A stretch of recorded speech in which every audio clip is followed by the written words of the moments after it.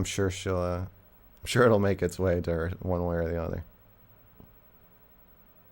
Dragging the next one. Where are we at? They're here. Hey, what's up? Oh, Yo, yeah. Hey. can you hear me? Yeah. Loud and clear, babe. Fantastic. So I came to talk mainly about Dr. Richard from yesterday, but there's one thing I want to say to Stephen just before we start. Oh, joy. Stephen, honestly, man, like I don't care if you call Nick a Nazi. I don't want you to call him a Nazi. Call him whatever you want.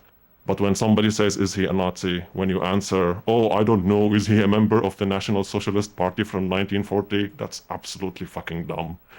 Like, you know for a fact that when Max is asking you that, he's not asking you, "Is he actually a member of the National Socialist Party?" Just like when you call somebody a lefty, you know for a fact you're not saying, "Does he sit on the left side of the French National Assembly in 1789?" You know for a fact that you're not saying that. So just like, please, when somebody asks, "Is he a Nazi?" don't say that stupid shit like that.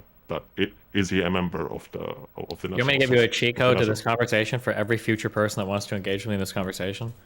When you come at me and you're that emotional over it, you are 100% validating everything that I believe about research. Stop. Oh my God. It is the most validating Dude, thing that I can ever hear. When dude. you're like, when you come in my- here, don't fucking call him that. You know that he's not. You can't fucking say that. When you say shit like that, it reinforces my decision not to use these words a million times more. But just letting you know. Dude, Yeah. I told you call him whatever you want. I started by saying I don't want you to call him a Nazi. Okay, I'm just saying. But Okay, you're Anyway. just saying. You know, Stephen, what I think happened? yeah, tell me. You're running away from the soy label, and you ended up being a gigasoy. It's like the horseshoe theory of the Absolutely giga true. I think that actually happened. spectrum. I think that is Anyway. true. Yes. So, Max, I just have a couple of things I want to say about Dr. Richard from yesterday. Okay, Are so you to open give Stephen, I don't know how if you I don't know if you saw the clip in your subreddit about the end of my conversation with Richard Steigmann-Gall yesterday. I did. But okay, Better not call me that word today. oh, you better not earn it. Okay. Well. Yeah. So throughout the conversation, he started making fun. He said a lot of passive aggressive things throughout the conversation. So one was, I mentioned we were talking about like whether any racism is ever rooted in fact, because he was saying that people didn't like Jews in Nazi Germany because people didn't like Jews in like ancient Rome. And basically it's just carried on from there. Misperceptions. And I was like, okay, but like I said, I thought, what? He really said that? Wait, what is his background? He's a history professor and a Holocaust professor and a European history professor. That's super interesting. Not to sound super anti-Semitic, but like, that's totally not true, right? Well, yeah, so I was saying, like, you know, I think when we get taught about the Holocaust, people talk about anti-Semitism like it's a mind virus that people just catch. And we just need to stomp it out, and then everybody will be cured. We can inoculate against it with like education and blah blah blah, or you know, incidental contact, getting to know Jews in your personal life, and then you'll see that, you know, they don't actually have horns or whatever. And those, you know, that's a legitimate framing. I think that's kind of true if you zoom out. But what I was asking him is like, yeah, but to somebody who's like seeing people get marched off to concentration camps and who's happy to see it, why are they happy? I like, and I feel like every Jew has this question because we get taught about the Holocaust, and it's always like, well, they just killed the Jews for no reason. And like, yeah, you can have a very safe, historical, very zoomed out reason, but I want to know, like, no, what were the day-to-day reasons? What were the experiences of the people there who are like, you know, these fucking Jews, they do this and they do this, and they gotta go. You know, what was that?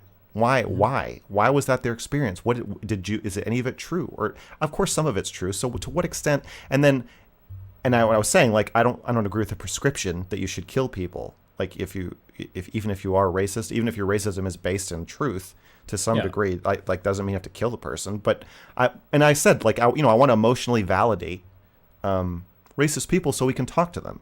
And he was like, well, what race? I said, I think all racism is kind of based in fact to some degree. He was like, well, what do you mean? Give me an example. And I was like, well, like black Americans, you've heard the whole 1350 thing, right? And he was like, no. I was like, okay, well, the concept that 13% of the population commits 50% of the murders, the prescription doesn't, I don't agree the prescription from that is to hate them, but like but that's true. And so like, I feel like not acknowledging that it's true, or like, and he was like, where are you getting that? And I was like, the FBI crime statistics database. And then he referred back to that and said I'd read it in a Reddit thread. And I was like, no, I'm citing the FBI. Like, every time somebody kills somebody, the FBI writes down what race they were. And so he was just very like condescending and demeaning and evasive. And he kept making fun of people for donating to me, which is super not helpful.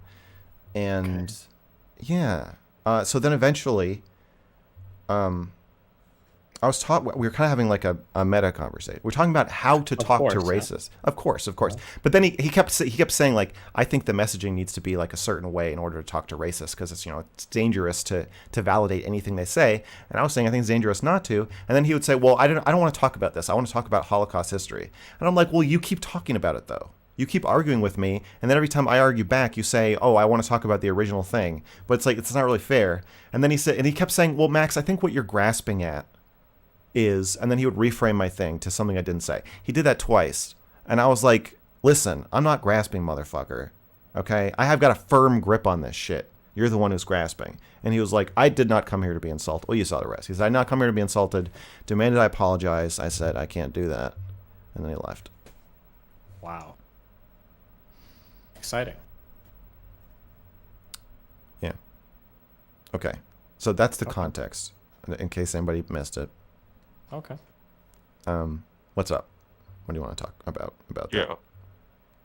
So I just want to make sure that I am understanding you. So I'm going to summarize very, very quickly in 30 seconds what I believe your position is on the part where the conversation got out of hand. In your opinion, you would like to bridge the divide, and to do that, it's important to acknowledge basic facts about race. And one of those basic facts is that, according to you and according to the FBI statistics, is that black people commit more violent crimes per capita than other races in the US. And that not acknowledging this simple fact is weaselly and dishonest, which is clearly spotted by the racists in your audience. Do I understand that correctly? That is true, but I want to put a big if. If the goal of the conversation is to bridge the divide. So I would be more than happy to have him just say, listen, that's not my role. My job is not to talk directly to racists. That's your role. You're the social commentator, and you want to talk to the other side. I want to just be a blank slate that just provides historical information. So if you want to make these connections, you can make whatever connections you want, but that's just not what I'm here to do, and I don't want to do that. That would be fine, but once he starts engaging in that and telling me the correct way to talk to people and debating with me about how this information should be translated to a audience that like really does hate Jews, then yes, then I think it's weaselly to put your toe in the water or fucking jump in and splash around and then suddenly be like, oh, why are you putting water on me? As soon as I say, oh, I have criticisms of the way that you're engaging in this. And then I think the last thing about my understanding is that you believe that this is a sensitive topic to Dr. Richard, and as an academic, that he's worried that if he's going to talk about crime statistics and 1350 meme or whatever it is, that cancel culture will get to him, and he's afraid of that. Do I understand correctly? No. What I said about cancel culture is that the audience knows that you could lose your job for talking about this. And given that, it's very hard to know how to interpret. So I said, he said, well, I don't know if that's true. And I was like, okay, well, do you want to look at it's a spreadsheet, you can look at it and you can like do the math yourself. And he was like, no, I don't want to. The audience, because of cancel culture, the audience doesn't know if he's just being academically responsible and saying like, well, no, that's even if it is just a spreadsheet, even if it is a simple math problem, it's not one that is responsible for me to do live with people watching. We don't know if that's his reason, or we don't know if the reason is he already knows this is true. He just doesn't want to admit it because he thinks that the best way to combat racism is to lie to people, or obfuscate the truth, or we don't know if he's saying it because he's afraid to lose his job if he talks about it at all. So I wasn't so much saying like you're caving to cancel culture. It was more like we don't know if any of us are. It's so scary to say anything that now everything anybody says is called into question. But if you believe that, if this is truly your position, then why did you put him in that bind? So he would either be silent and therefore be seen as caving into cancel culture, or he would talk and be academically irresponsible. You really put him in that bind. He asked me he asked me for an example of when racism is based in fact. Yes. And Also, then no after you offense, tell but like, about- if he's a Nazi fucking historian, like, shouldn't he? Isn't this kind of his wheelhouse? Is like addressing some uncomfortable shit? Wouldn't you expect that? Am I totally out of line there by thinking that? No, I think it's totally reasonable. I mean, just because academia has been compromised doesn't mean that we should expect and challenge academics to have the spine to practice academia. Because if you can't answer that question, and you can't, so no, I didn't put him in a bind. I just told you what he could say to get out of the bind. He could just say like, look, I know you get to say whatever you want, but in academia we have to be really careful. Even if you show me a number and say this is the number of people who died from COVID this year, I am more tied to that statement with my career, and it's not just cancel culture; it's academic responsibility. I can't just say it back to you like it's true. It just means something else for my career, and the implications mean more when I say it. It's tied to my entire, credibility in my career, blah, blah, blah. He could have easily said that. So no, I don't think I put him in a bind. And if he's going to go on YouTube channels, controversial YouTube channels, to have conversations about the Holocaust and how it relates to politics today, he should absolutely know how to answer a question like that, or gracefully say he doesn't want to answer. But to say, oh, did you get that from a Reddit page? That's not one of the options. You don't get to fucking get out of the answering the question by insulting me and saying that I have some ulterior motive, or I'm uninformed or unintelligent or uneducated because I asked the question. Don't start making ad homs at me to try to wriggle out of the question, because you can't, and then I'm gonna call you a motherfucker. What do you honestly believe his reason for not talking about it? Like, I believe that he actually fucks his own mother, and that's probably no. What is the actual reason for not wanting to talk about it? I believe it's the reason he said. He said, "I don't want to validate racists." He and I said, I think you're conflating validating a belief with validating a feeling and validating a prescription. Those are all different things. So, Jews in pre-war Germany are more often bankers, disproportionately represented in banking, right? Sounds like a fact. He agreed to that, right? The feeling is, why are these fucking Jews raking me across the coals? I have no money. Why are they taking my house? They're taking everything from me. They want every last dime. They care about nobody but themselves. That's a feeling and an experience. And the prescription is, let's deport them all or kill them all. And so I wanted to break those down and say, like, well, the first two you can't really argue with. I mean, the first one you just said is true. The second one is a feeling. You can't argue with a feeling. No, so I think if you validate the first two, like with Black Americans, they commit more murders than white Americans. This makes you uncomfortable, or you are uncomfortable. Maybe you don't hate Jews because they're the bank, Maybe actually, if you look at your bank records, you realize most of the people who took your money really aren't Jewish, but it just seems like they are. It's still an experience, and it's a feeling, and I still think you can validate that's your sense. And I think a lot of racism is post hoc rationalized, of like, maybe you just don't like black people for some other reason, and then you're focusing on this 1350 thing, but maybe you don't know anybody who's been murdered, or maybe black people mostly murder each other, and so it's not. I mean, they also murder white people, and white people blah blah blah. I'm just saying, maybe there's not a perfect through line, but you could still listen and say, like, yeah, that's how you feel, and these are the facts, and then argue with the prescription. Like, well, that doesn't, saying that they need to go to different schools, or that they need to be kicked out of the country, or that they don't deserve welfare, whatever your stance is, that they all should be locked up, whatever. that doesn't logically follow. But if you can't,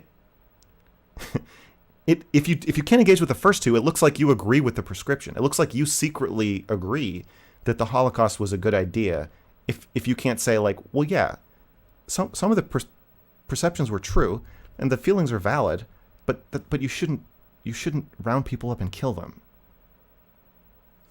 So I think it's irresponsible to I would like to stay What? Okay, I would like to stay specifically on the FBI stats topic, Okay. not like, because that's what derailed you really. That's what took the conversation like out of hand, and then it went downhill from there. With this, him saying it's a Reddit post, you defending that and telling him, okay, you got like basically you got to say it's a fact and kind of like recognize it as a fact, and then the conversation went out of hand from there. I think the conversation. I think that he came in balancing on like one tiptoe, and was ready to. I don't think it was really ever on the rails. I think it was just balanced on the rails. But yes, continue. Okay, I would like to argue that he was absolutely correct in steering away from the FBI stats topic, and he did the correct, academically responsible thing. And I believe you should have recognized that, and you should have just let the topic I go. just And I'll tell you fucking why. said that. I literally just explained that if he thinks it's academically Yes. irresponsible, I said how he Then should why steer didn't away you from let it. it go? Because the way Why that he didn't you steered, let it go then? because the way that he steered away from it was not academically responsible. It was academically irresponsible. That's a meta conversation. You would like to talk to him about the Holocaust, not how to steer away from conversations. So just like you as an interviewer, it's your responsibility to just steer away from it. Okay, if I believe teleported into his house and punched him in the face, and then he said, "Hey, you just punched me in the face," would it make sense for me to say that's a meta conversation? I'm here to talk about the Holocaust. Why are you bringing this up? What? Do you see how that doesn't make any sense? Yes, your example doesn't make any sense, man. Do you want me to draw a comparison so that you understand what I'm saying? Or can you do it? Do your best. Okay. When somebody does something in a conversation that is shitty and unfair, the verbal or psychological equivalent of punching you in the face, there is now a schism in the audience. Did they derail the conversation, or are you derailing the conversation by pointing it out? People who are fans of the professor are going to say, I derailed it. What he was perfectly reasonable, like what you're saying. And then people who are fans of me are going to say, no, it actually was it was academically irresponsible to dodge a question by calling the other person asking it stupid. That's not academically responsible. What's academically responsible is to say, look, we're in different roles here, buddy.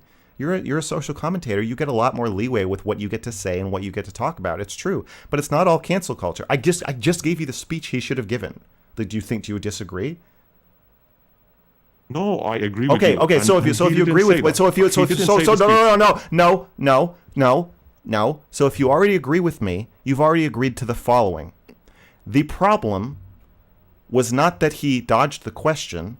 The problem was the way he dodged the question. You asked me what the problem was. No, the problem is that you didn't bring the conversation back. You asked it. No, he derailed it by calling it a Reddit post. If I had 3 wishes, one would be for you to shut up. You asked me. What are the other 2?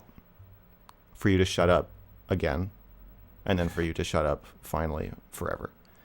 You asked me my problem with what happened. And I said my problem is that the way he dodged the question was irresponsible. I gave an example of an academically responsible way for him to have dodged the question. Your response was to say, oh, so your problem is that he dodged the question. Why would you put him in a bind? And I said, I didn't put him in a bind. And then you said, so your problem is that he dodged the question. No, my problem isn't that he dodged the question. It's that he dodged it in a way that makes it seem like blacks and Jews deserve to be put in concentration camps. And I think that is an irresponsible message to inadvertently send to racists in the audience just to protect your own fucking job.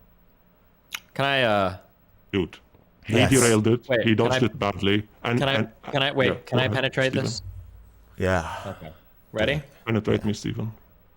Okay, let's say that I'm having a conversation on my stream about racism in the United States. And let's say that I bring on a person who is, I'll say they have a really big background in biology or genetics more specifically. And in the course of us having, but he's also a sociologist.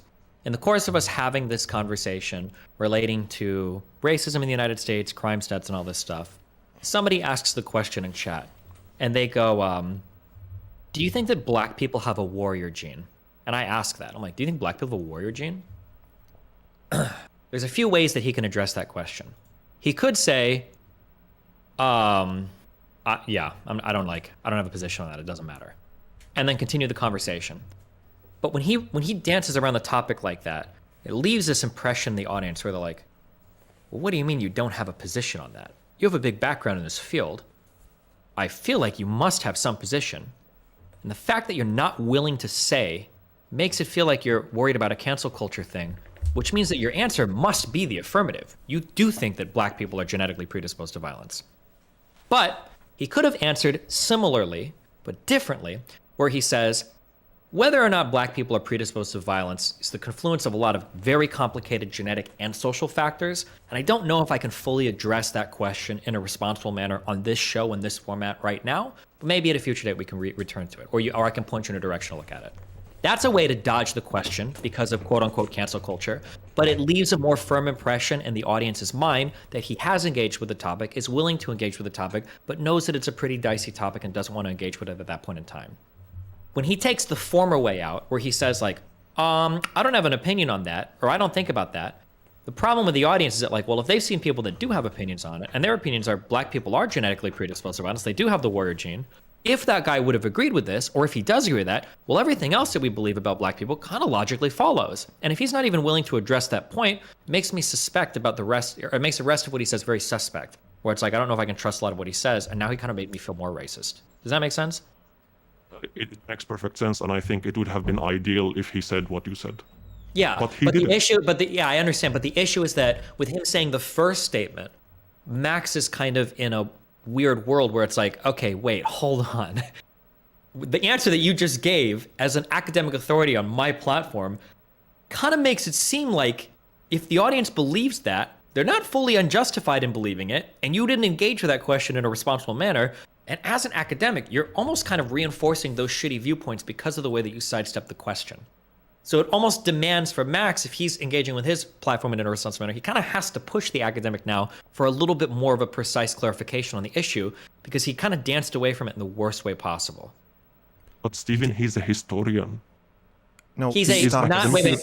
So I'm going to, hold on. I'll speak from my background here, okay? Nazi history and stuff related to digging through German archives and figuring out which sources are reliable or not, and all of this stuff, if you are a Nazi historian, you know that this is a contentious field. You are not engaged in just reading stuff. You have to do a constant vetting of which sources are real and which aren't, which documents are true and which are false. There's really great reading related to David Irving and trials that he's done related to misinformation about Nazi stuff and Holocaust stuff and everything. This is a very heated field. If you are a Nazi historian specialist, you know that you're going to be asked questions like this. You know that it's a highly contentious field, and you should be prepared to deal with questions about it. It's not just a matter of like, oh, I'm here to document, like the imports and exports of Philadelphia through the 1800s. You know what kind of a field you're stepping into. If he was like a general broad historian, I'll give you a little bit more leeway there. But as a Nazi historian, this is a highly contentious field that is wrought with a variety of interpretations around these different events, some of which are incredibly politically contentious.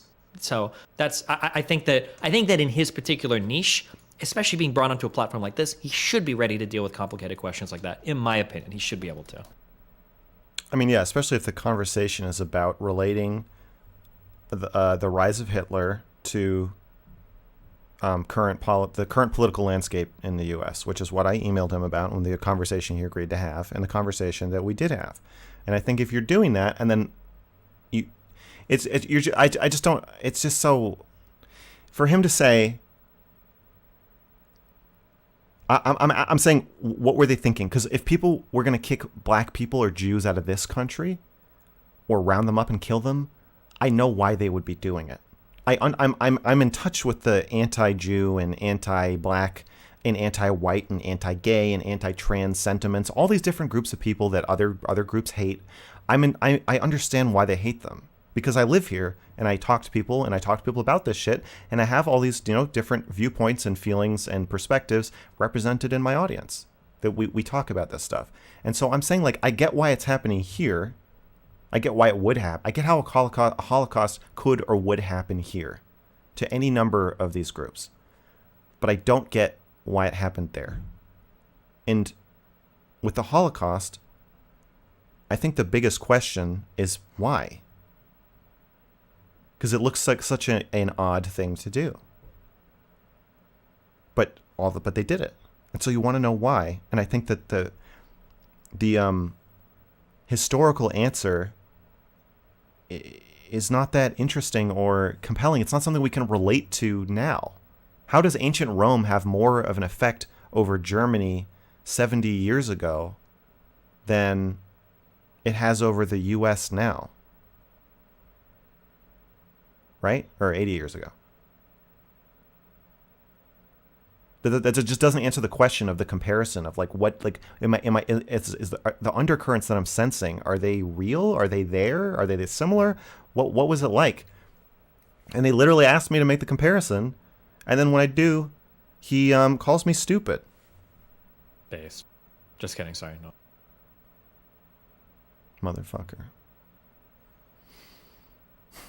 Okay. I would just like to give you just like a small window to the mind of an academic. So I'm a junior academic, and what I mean by that is that I have finished my PhD a couple of years ago, and I am being paid to do research in double capacity for a university and for a company. So I have been in academia for quite a while. Like I finished my bachelor's about. Why are you wearing a ski mask? 10 years ago. Well, that should be self-evident. It seems like he doesn't want to be revealing his fucking. Yeah. Right? I think that's fair. Yeah. No. I'm just making. I'm not legitimately asking you. I know why you're wearing a ski mask. I'm pointing out that. Okay. That do you think 20 years ago you would need to wear a ski mask to talk publicly about anything? It's not the topic. Like, I just don't want to be identified on the internet. Let's just move past it, man. Anyway, so no, I don't want to just move past. No, I don't want to just move past it. I don't want to just move past it. Let's dig into it. I want to dig into, and this is what I was talking about with Dr. Steigmann or Professor Steigmann-Gall, that we are in a situation in society with social media where academics feel a need to wear a fucking ski mask. I feel like that's... Max, really? Like, don't you see how this is not related? I just don't want to reveal my identity on the internet, regardless of the topic. Seriously? Well, the last guy revealed his identity. Yeah, and I don't want to do it. Like, what? Well, yeah, because your career can be yoinked out from underneath you just for talking about this. No, it has nothing to do with that. I just want to stay anonymous on the internet. Dude, why? Come on, what the hell? Why? I just would like to do that. Like, why? I have my own personal reasons. Okay. This is a boundary for me. This is a boundary. I don't want to talk about my anonymity. Okay. My sense is that people are anonymous on the internet generally because they think something bad is going to happen. He did just clearly say No, that. I'm not. Yeah, I'm not saying you specifically. I'm just saying. Well, but if he says it's a boundary, then you talk around it. I mean, we'll respect. Okay, I don't want to talk around it. I want to say, I'm trying to relate it back to the professor. I don't want to talk around your boundary. Okay. I want to say that it felt like he was wearing a proverbial ski mask. And that the question is always raised, whatever the person's reason is, that these are scary things to talk about, and anybody can say, well, it's not that, but it just feels like we can't talk. I mean, my fucking channel is banned. I don't know. Maybe I'm projecting. It just feels like nobody can talk about anything. Everybody's scared to talk about anything. Well, I can't even talk about how we shouldn't talk about. I can't even talk about how Steven shouldn't have chicken and waffles with somebody who talks about stuff like this. Because then those people will tell YouTube that I talked about something else, and then they're gonna ban me, and it's a nightmare. Okay. I wish you would recognize that what I do in my day-to-day life, I would like it to be separated from what I do at night at home. Anyway, so as an academic, one of the things that you learn either super early in your career or that you learn after making many mistakes is that observations are not the same things as facts.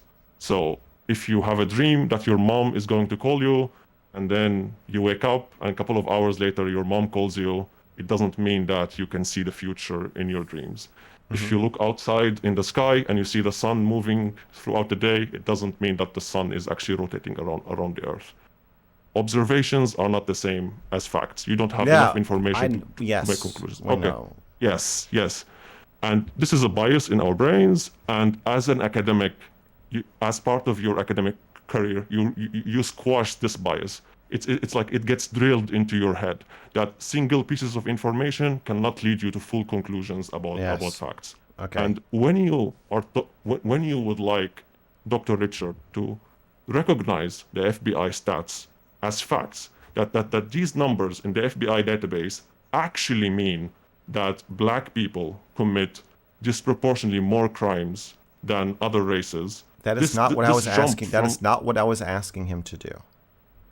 That's not. That's you're lying. Like, that's not. I started by asking, dude. I started this call by saying, "Here's my understanding of you," and then you confirmed that I understood you. Okay, journalists across the world make use of this word. It's called claim. Claims. The FBI claims. The FBI said. The FBI reports. Then no, that makes it a fact. The FBI reports that 13% of blah, blah, blah. The FBI claims in this spreadsheet on this website at this journal, they issue a citation. No academic or journalist or anybody says this is just true. They say this is the source, and the people who are counting all the murders say that this is what's happening. And so, to the best of our knowledge, this is what's happening. It could be true, could not be true. I'm sure there's people writing papers about the variance in these calculations, and he could just say that. None of this is an excuse for him to say, I have no idea what you're talking about. Whatever do you mean? And I also pointed out, I think correctly, that if I had said, don't you think there's an epidemic of horrific black-on-black violence in this country? Don't you think that black people should not have to live in physical fear for their lives? Don't you think that their life expectancy black male life expectancy shouldn't be like in the late 60s? Isn't that horrible? That he would say, yeah, that is horrible. I don't think he would be like, I'm here to talk. I can't respond to that because you haven't proven that that's true. That's the academically responsible thing to say that this is not my area of expertise. I'm not a criminologist. I'm not a sociologist. I don't understand the other factors in these calculations. I'm not a statistician. No, I don't think it's academic. I don't think it's academically responsible to pretend that you don't know that black men live more violent lives, more in fear of violence, and are more likely to be involved in violence than white men. I think that's academically irresponsible. I think that's pretty obviously widely known by everybody, not just by observation. Max, as a layman talking to you in a personal one-on-one conversation offline, he can say to you, you know what, I do recognize it. Just like I'm telling you, like not in my academic capacity. As a layman, I agree with you. I do believe black people commit more crimes than white people. In your academic... That's true. In your academic capacity. Okay, so would you be willing to admit that the moon revolves around the Earth in your academic capacity? In my academic capacity? Yeah. Would you need to take studies that? Would you need to talk about any studies if I said the moon revolves around the Earth? It's like, as a regular person, I recognize that the moon revolves around the Earth. Would you need to say you think it would be responsible for Steigmann-Gall if I said, you know how the moon revolves around the Earth, for him to not just say, yeah, he has to say, whoa, that's not about the Holocaust. Whoa, buddy, I don't know. Like every academic is Every academic is making calculations as they're talking about what things they can reasonably claim to know, what things they can say, well, I know this, but this is outside my area of expertise, and things I genuinely don't know.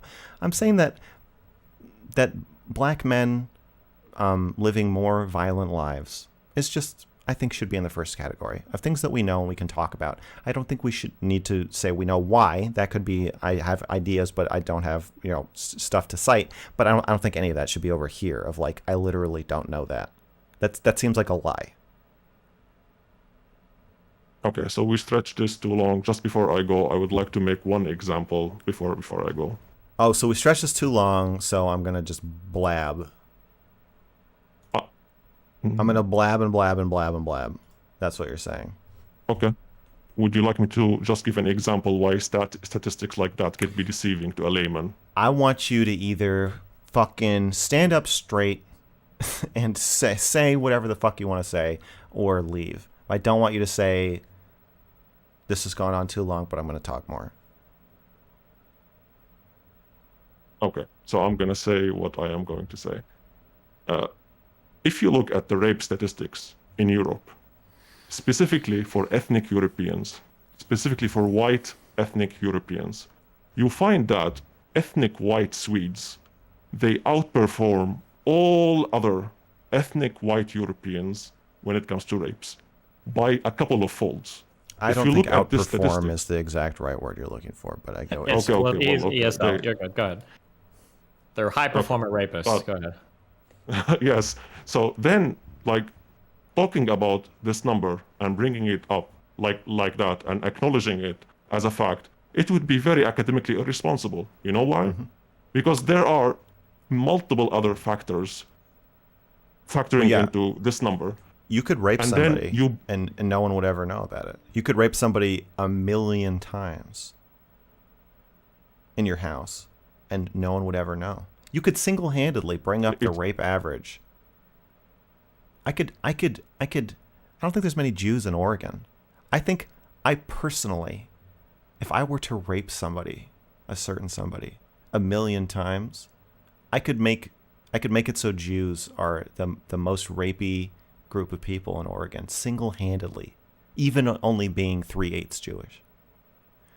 Okay, I feel like you took the beginning of my point, you misunderstood it, and now you're answering on it. Can I finish what I'm trying to say?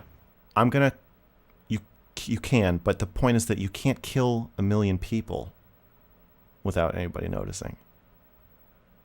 So rapes and murders are different. So, okay, I'm not making comparison between rapes and murders. I'm telling you why statistics can be deceiving if you examine one factor.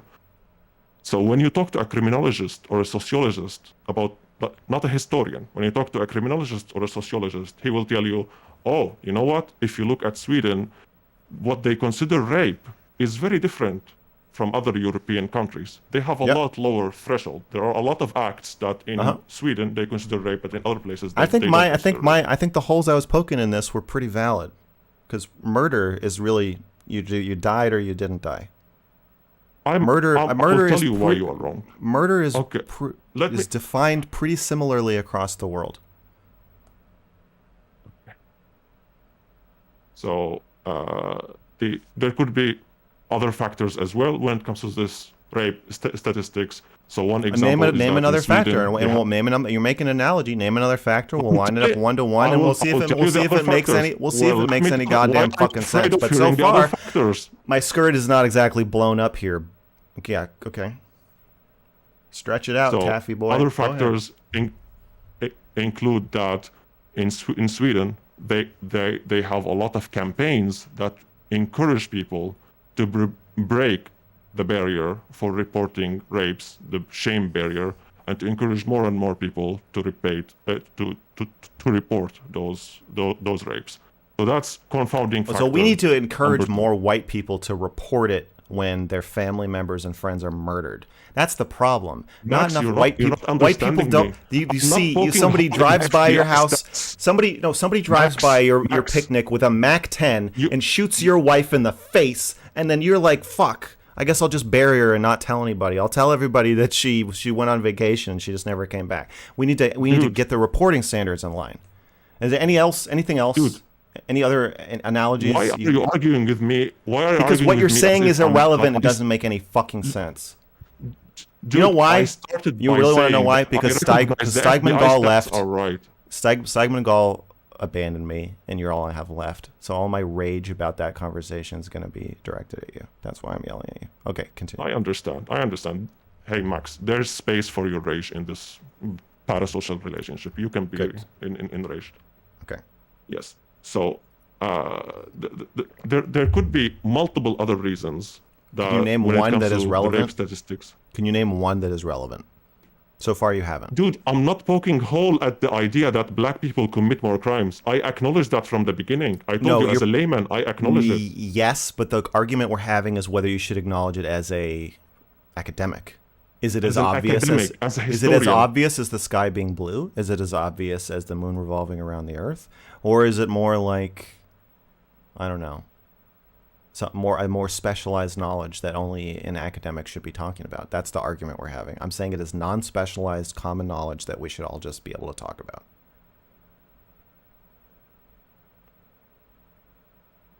Okay. And when you bring a criminologist or a sociologist to talk about the FBI statistics in particular, he will be able to bring more context to you, or she will be able to bring more context to you. They will be able to bring more confounding factors. For example, the difference between how we don't need context. first-degree murders are. Okay, go for it. Racists don't want context or have context. That's the whole point of the conversation is people drawing incorrect prescriptions from how they feel or how they think they feel about statistics. And so in separating them, I don't think we should add a bunch of context. I think we should just say, yeah, that's true. How do you feel about that? And then what are your prescriptions? And then kind of attack the tenuous connection that probably exists between how you feel about that and your prescriptions. For example, that's why And I bring asked, Steven to talk about that. Don't bring a fucking historian. Don't bring an academic. Because the academic will give you the academically responsible answer. Steven will not. Steven will dive into this conversation with you. An ad hom is an academically irresponsible answer that validates the views of Nazis and racists. And he was completely wrong for calling it a Reddit post. Yeah, agreed.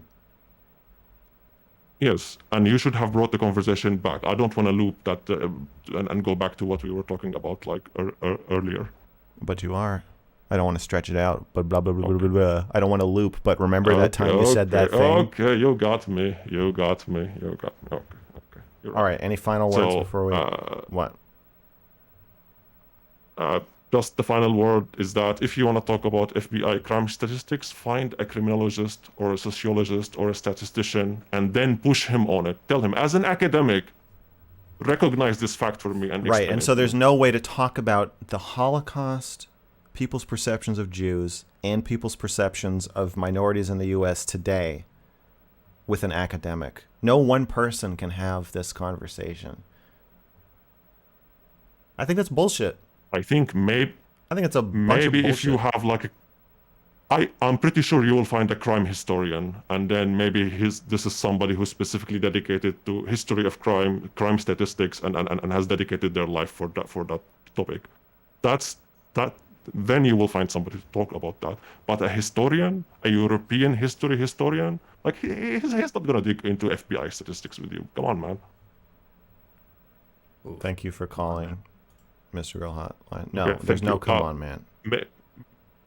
What? Yeah, please end with one thing. He So just did. at the end of the conversation, the moment he hung up, you said he wants to let Hitler win because he doesn't want to be called a motherfucker, and that was wow, man. That was so dumb to say, because he could turn it back at you and say you want Hitler to win because you don't want to apologize. That looked so weak when you said it. Yeah, but I'm not the one ending the conversation. So, no. Have a good day, and I wish that the rest of the calls are more entertaining than this one. Out. Jesus. Fucking Christ. That guy just fucking went hard. Are you okay? Yeah.